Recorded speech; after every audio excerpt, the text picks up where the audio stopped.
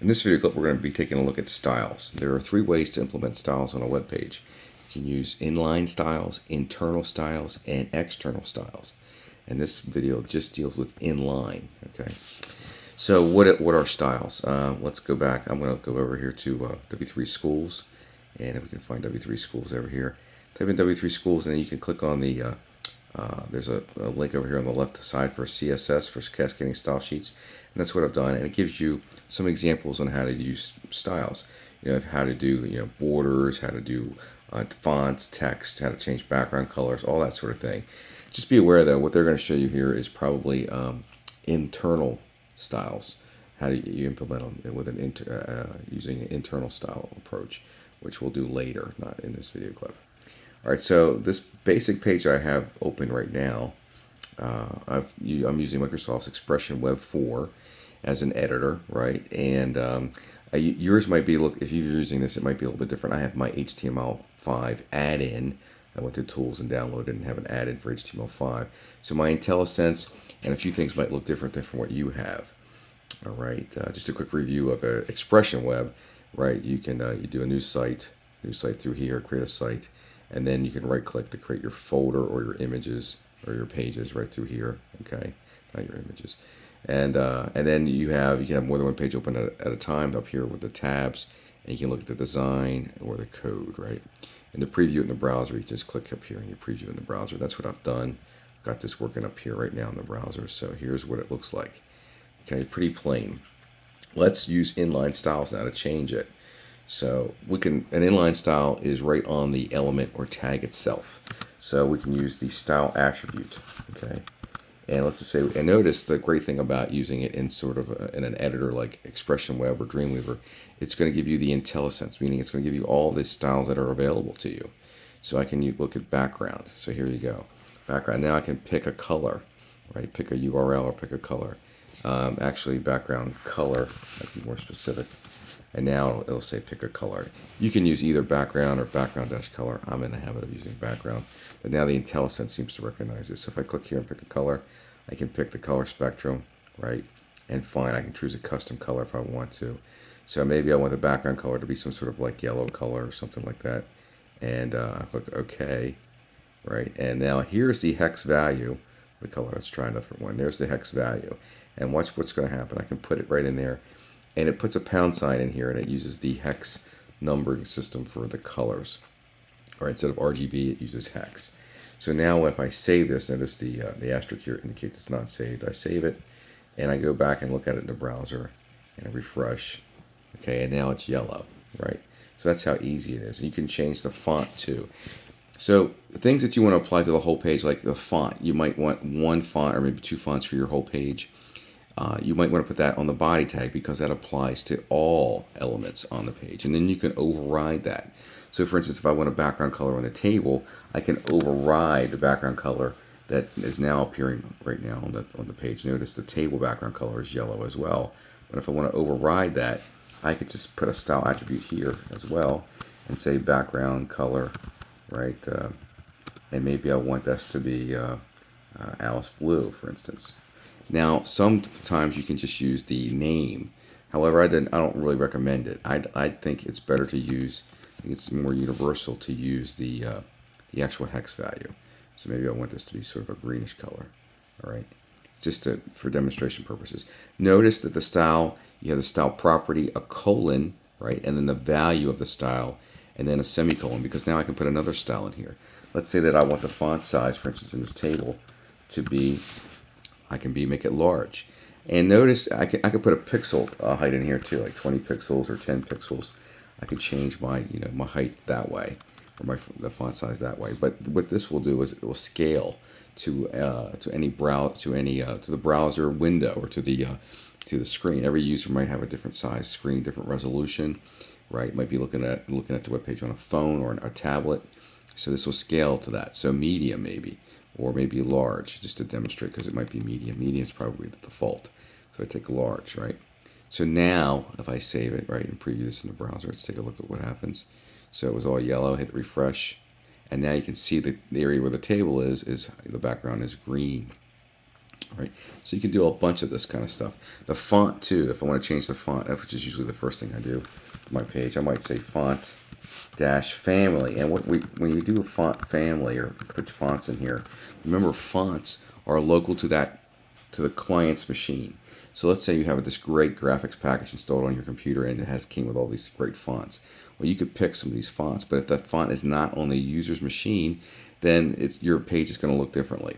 And there's different types of fonts, right? There's the serif font, which has a little hooks on the end, like Times Roman, sort of like this here. You can see the R down here and the C. It's hard to show you here, but it's a little hook on the end of each letter on the different ends. And then there's sans serif, sort of without the hooks. So what I do, you want to have more than one font in your font family tag. So I like the Calibri font, so I'm just going to type in C, and I'll go to Calibri here and get the Calibri font. Notice though too, before I go back, they also have different families that kind of go together. That you could just pick one of these, as right here. You could do that with the IntelliSense, whether it's Dreamweaver or Expression Web. So I'll do Calibri, right, and then oops, get my thing going here. Let's do this again. Colon. So once you hit the colon, you get the IntelliSense. So Calibri, right. Now a comma for my next font, and maybe I don't want I don't want the little serif, so I'll do sans serif, which means without, right? Okay, and that's all I'll do, and then a semicolon, right, for the and then for the next style. If by chance your font is 2 words with a space in between, then you need to put it in quotes, right? So if I go colon, you'll see like I go.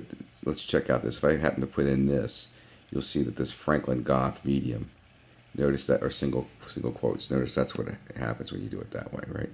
I'm going to take that out just so you can see. All right. Notice it also puts sans serif in there at the end as well. That's the default.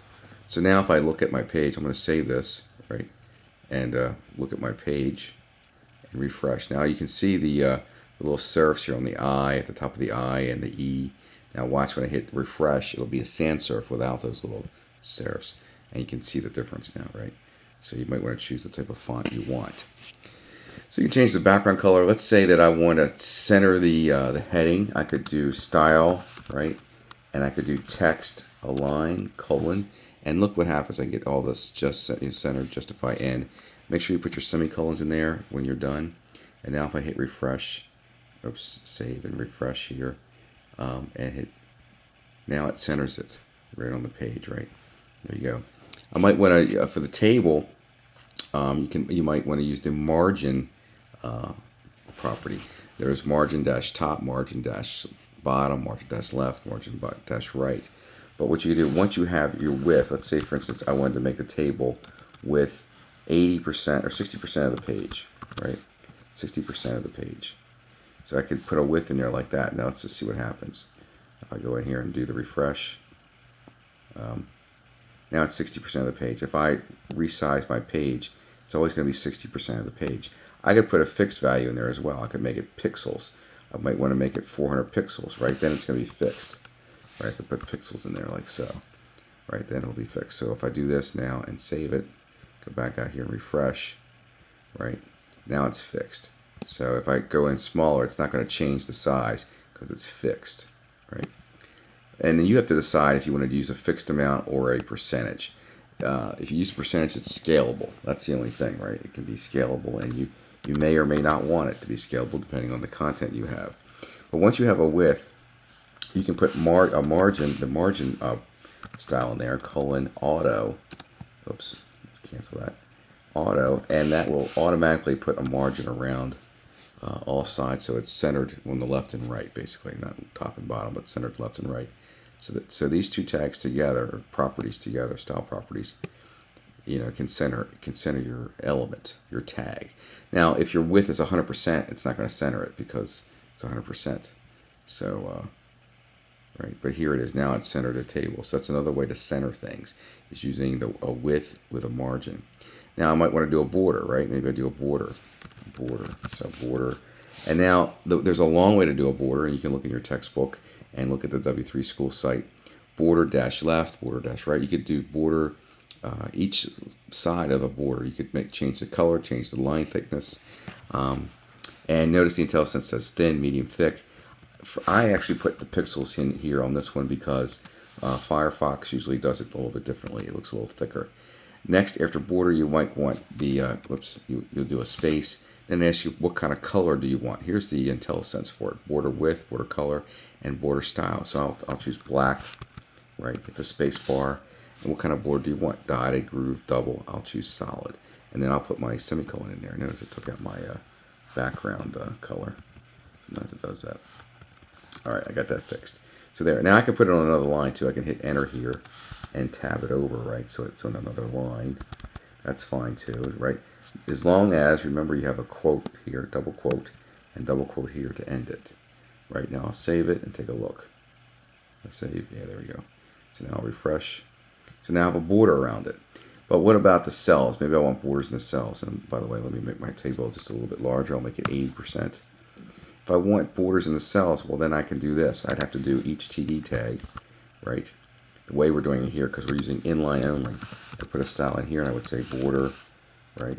And I would put 1 pixel, black, solid, right, semicolon.